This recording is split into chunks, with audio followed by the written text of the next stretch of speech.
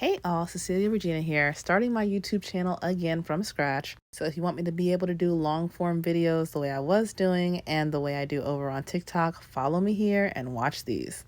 Today I'm going to be talking about one of my most requested topics, that is the toxic men of girlfriends. Starting off strong with Pastor Eldon, who was a serious love interest of Lynn's. Now those of y'all who didn't hang around to the later seasons won't recognize him. He's a guy Lynn met when she was going balls to the wall with her music career and she was doing the singing gig late at night at the dive bar. I hate men like this. On the surface, he seemed like a good dude. The reason he and Lynn didn't work is because they had very different values, He wanted Lynn to stop being so airy-fairy and commit to things like a belief system, specifically his. But here's what I hate. This guy was like a lot of pastors and preachers. They claim to love God so good and they want somebody who has Christian values, but shockingly don't want to date anyone seriously who goes to the church they're already in. Instead, they go out to places like nightclubs and meet women they find sexually attractive, and then they tell them to dress modestly. This guy claimed he was trying to be celibate, and then he got into a heated and passionate argument with Lynn and ended up sleeping with her. To be fair, he said it was a one-time indiscretion and he never did sleep with her again. But come on. If you wanted a modest church girl, you could have had that because there were women in the church going gaga for you because you were the pastor. But that's not what he wanted. Instead, he wanted to triangulate a bunch of different women by bringing Lynn into his church, knowing that she was going to be uncomfortable because she was being judged and that the women around her were going to be uncomfortable because here was a woman living the exact opposite way that he preached was wrong every Sunday, and she was dating him. She got the mythical last good man while being all the things he railed against. I also don't like passive-aggressive men who throw rocks and hide their hands. The reason they even got into an argument to begin with was because they met at the club, they were out talking, and Lynn was saying she believes herself to be a child of the universe. She's more spiritual than religious, and he says, "Oh, my church isn't like that. It's welcoming to all. Come next morning and you'll see for yourself." She comes, and then he's like, "Some people call their belief the universe. They say that they're spiritual. I just call it God." That was a dick move. It was a nasty call out, even if nobody but Lynn knew what he was doing. She honestly should have never spoken to him again because it showed what a manipulative jerk he was. But after getting some truly terrible advice from her friends, Lynn thinks, "I'm the problem. I'll date him, I'll agree to his terms, and I'll start working with the children of the church." For those who don't know, this was a few episode arc. This went on for quite a while. Lynn takes over as the youth choir director. But back to that whole triangulation piece, when they break up for unrelated reasons, she feels obligated to the kids in the choir, and Eldon takes up with a church lady, Tracy. Now, Eldon has been telling Tracy he's completely through with Lynn. Now, Tracy never liked Lynn to begin with because, again, this is the exact type of woman that men in power love to preach against and then lay up with. And I never get mad at women like Tracy because I understand that they are victims of patriarchy. They've been in church their whole life. They have had it drummed into their head that they have no value unless they are modest and virginal and perfect handmaidens of patriarchy, waiting for God to reward them with a good Christian man. The pastor turns his attention on her. She thinks, "I'm finally getting my reward." And you see her cooking for him, the traditional soul food feast, her sweet potato pie, everything. She's putting in all this effort. And when she comes to the church, when she and Pastor Eldon have a date, she discovers he and Lynn have reunited and are making out outside the church. I can see why she was upset. Homeboy has played with her emotions, used her to make Lynn jealous, and cast her aside once her purpose was done. But men like that don't realize the power women have in the church. So Tracy goes running back to all of her church friends, and she stirs them up to leave the congregation. As you can tell from the background, this is a little storefront church. Eldon quickly runs out of money to pay for anything. The church is on the verge of collapse. In the meantime, Lynn's career is on the upswing. She's starting to get big opportunities, and so she voluntarily leaves the church because the people had already said if Lynn left the church, they would all come back. This was all about driving her out.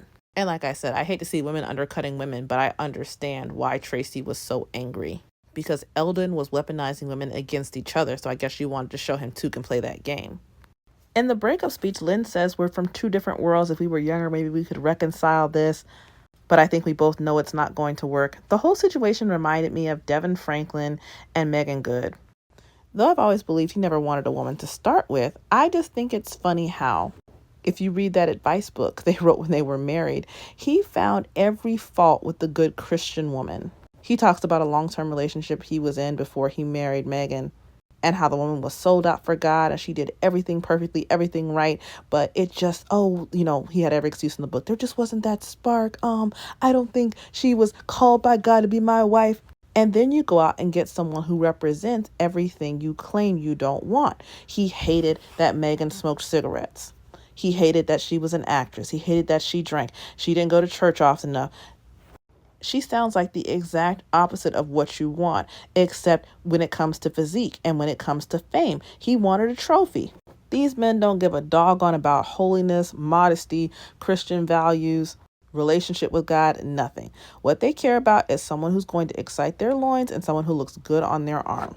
And these so-called Christian men will push the Virgin Mary out the way to get to Megan Thee Stallion.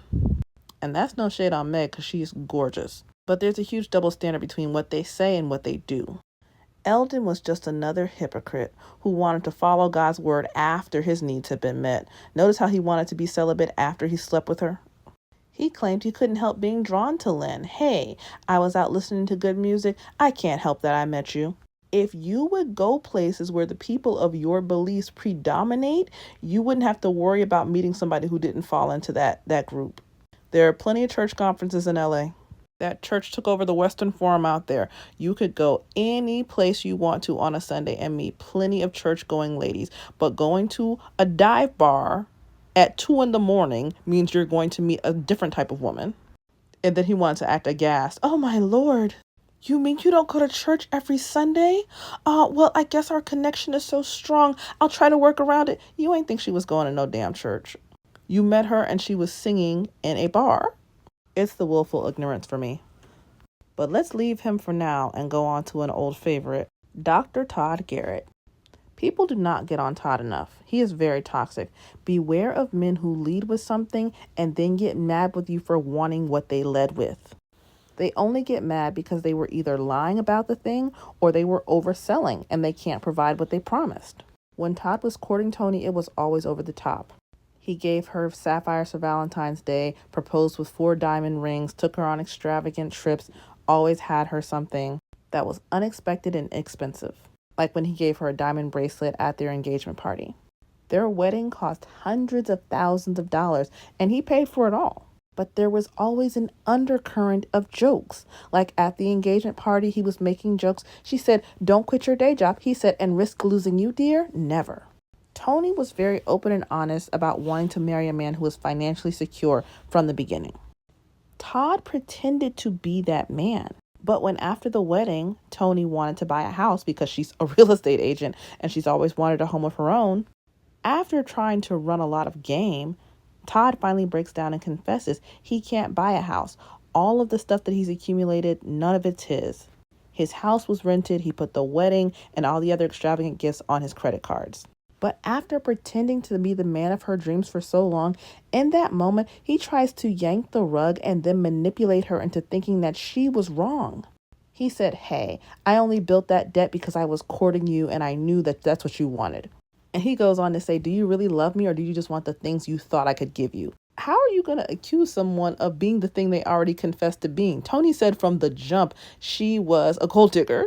She always said she loved Todd. She had real feelings for him. But at the end of the day, she wanted financial security. And she had always had issues with that because of how she was brought up. For those who don't know, she was raised poor on a farm in Fresno. Her mother was an alcoholic. And I'm sure she had a lot of feelings of inadequacy. Todd was a consummate manipulator. He promised her the moon. And then when she found out he couldn't afford it and he was exposed, then he wanted to attack her and say, "Well, you're just superficial." What about love? Love had nothing to do with the fact that he intentionally concealed the fact he was $750,000 in debt. In addition to all the courtship stuff he spent on Toni, there was his medical school debt, his medical malpractice stuff, etc. He withheld that information until they were married. That alone actually constitutes grounds for an annulment. But the money stuff was just the beginning of troubles.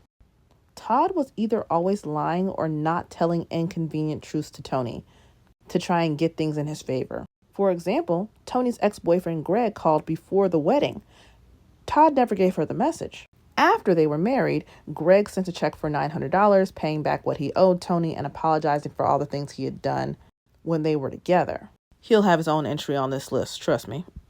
so we'll come back to him later. But when Tony confronts Todd about why this was the first she was ever hearing about this, once again, Todd makes his lie her fault and projects his insecurities onto her. How could you expect me to tell you that your ex-boyfriend, the love of your life, called when he's everything that I'm not? He's tall and he's black and you don't give me enough reassurance.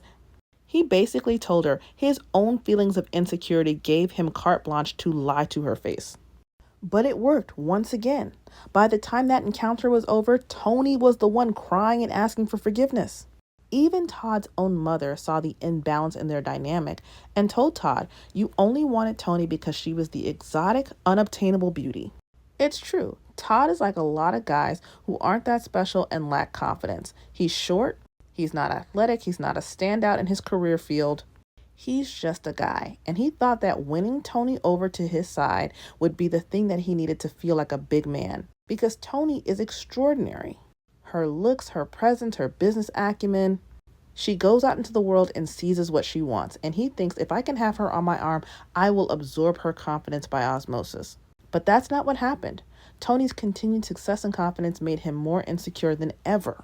Todd could never measure up, and later he started acting in ways calculated to make a narcissist like Tony fall apart. That's why he started grinning up in his basic nurse's face. I don't have a picture of her, but she was just blonde. Todd didn't want that woman. He wanted to make Tony lose her mind, which is exactly what she did. He kept pushing and pulling, being cold to Tony and then being extra warm and laughing on the phone with the nurse. When Tony went out and tried to save her marriage by being attentive and doing things like packing him a picnic lunch, or you know her, buying one. When she went to pick it up, she found Todd and his nurse out at lunch. Todd was getting off on triangulating them. He did all this so he could play the calm one. He actually got off on that scene when she went into his workplace screaming and shouting and had to be carried out screaming by Joan like she had lost her mind. Basic bitch men love that. They love to see a beautiful woman falling apart over them. And that's why even though Tony begged and begged to get back together when they were divorcing, he never listened until she had the kind of man Todd was afraid of at the door, a tall black millionaire played by Idris Elba. He thought, this is the kind of guy who has a chance to steal Tony's heart, and I don't want to mess around and lose the best one I could ever get. Now, mind you, at this point, Tony is pregnant. She has told Todd. Todd's had it confirmed by the OBGYN. Tony's begging him, please come back, let's be a family. And he was like, no, no, no. And he was letting her twist, telling her they were never going to be together. But the instant she had a date with somebody better, he came running back talking about some, I love you, let's work things out. Puts me in the mind of Dave on this season of The Ultimatum. Dave and Nick. Todd was also incredibly manipulative when it came to his religion. Reminds me of Harry from Sex and the City. Even though Todd did not require Tony to convert, he definitely blindsided her. Throughout their dating period, it was clear she was a Christian. She said she was never changing that for anybody, and he said he was accepting of that. And he didn't even care how Morgan was raised until his mother got in his ear. Morgan being their daughter. Todd turned out to be another mama's boy who wanted to change around his wife and his child's life depending on what mommy says. It's BS because Todd was not thinking about raising Morgan as Jewish until his mother started complaining that Morgan was visibly black and she wanted that kind of influence in her life by raising her as only Jewish. First of all, I don't know what child they were talking about because the one that was on this here show was clearly white passing. We'll discuss it another time.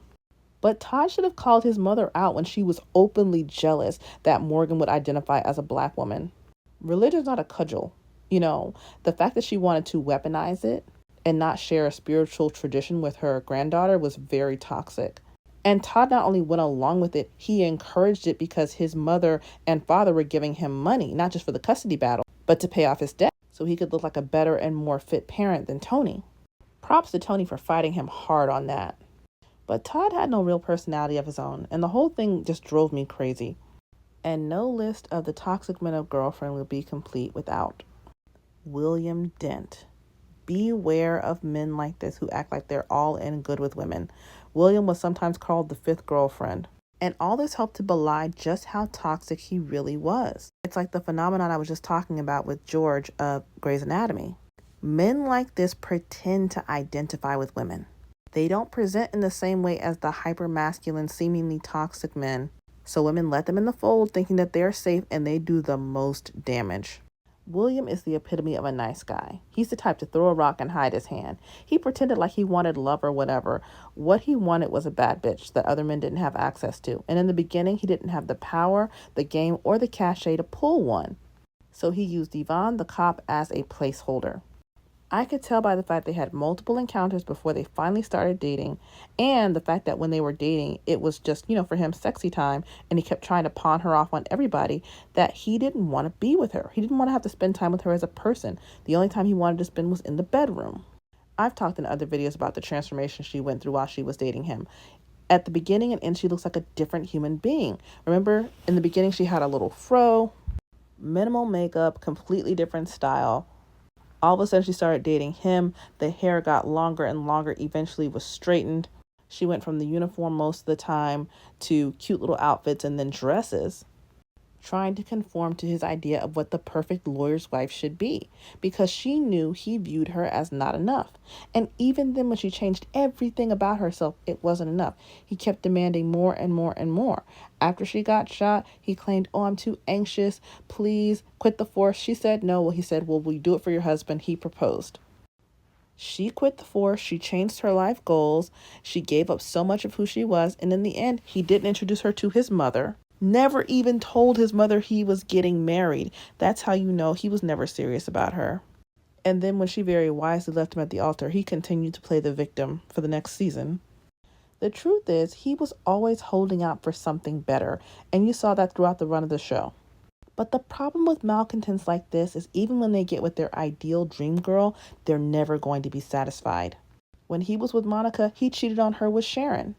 He always blew his chances because he was constantly looking for the next best thing. After he finally made partner, he circled back around to Monica. Then he was convinced Joan was the love of his life. Eventually, his spinner landed on Monica again. He said, "Third time's the charm. I'm sure I really, really love you." He proposed to her in a huge romantic gesture in a yacht off the coast of Monaco, and then he goes around behind her back for months talking about how he wasn't really sure he actually wanted to marry her. And then he did all this passive-aggressive shit to ruin their relationship. Then, after their wedding, at the reception, he gets up and announces to everyone he'd been having doubts about their relationship for months, but thank you to Darnell for being there for him. And then he had the nerve to be shocked when she didn't trust him. I really hate how the show broke Monica down, but that's a different video. The truth is, there's a reason William dressed up as a pimp for season 2's Halloween episode. That's who he really wanted to be. He was desperate to be the cool guy, specifically the cool black guy who got all the women. William is that nerdy black guy archetype. He's actually a Republican on the show. Unless he's personally affected, like at the law firm, he doesn't believe in things like driving while black or racism in general. But he is constantly bemoaning how his inherent personality makes him not a big hit with black women. You know the type.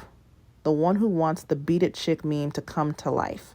And this is why it never worked out with Monica, Sharon, or anyone else. Not only was he always looking around for the next best thing, he was more interested in punishing those women for not picking him when he didn't have any money or prospects than he was with being in a relationship with them now that he finally had access. How else can you explain the fact that he humiliated Monica at their wedding? This man talks for a living. That wasn't an accident. William admitted several times it was power that he was attracted to. When asked what he liked about Monica, he loved the fact that her father was connected, that she could have any man she wanted, but she chose him. When Joan asked why he was having an affair with Sharon, their boss, who, William felt had stolen his job being a partner at the law firm, he said she exudes power. Sharon Upton Farley and Monica are two completely different physical types, opposite in fact. Monica was sophisticated and sexy. Sharon was professional and bordered on matronly. But William was intensely attracted to them both because they had power that he didn't have. Monica as a wealthy heiress who was connected, and Sharon as a top attorney and partner in the firm. But beware of men who only want to draw power from women. It means they aren't man enough to compete with the boys. William was incredibly submissive to Mr. Sweetelson, the head of the firm, and to all the other men around him. He cared intensely about other men's opinions. Even when those men were beneath him on a social level, like Darnell, Maya's husband, he was afraid of their physical prowess and about the fact that they thought he was less black or less cool than they were. And William showed several times, even though he was supposed to be the fifth girlfriend, he had no problem throwing the girls under the bus trying to cozy up to the male side of the team. He would run and tell their secrets without the slightest delay if he thought he could get some fleeting male approval for it, proving all along that he only saw women as a stepping stone to male approval. It's not surprising because in the episode Judging Edward, we see that he's always had a very strained relationship with his own father. His mother spoiled him. He's clearly very enmeshed with her, but his father always withheld approval. That episode actually tackles in a very real way what a lot of black children go through with parents who are eternally dissatisfied. Let me know if you all would like some analysis about that. In the meantime, subscribe here, follow me on TikTok, and watch and share this video for similar content. That's it. Thank you.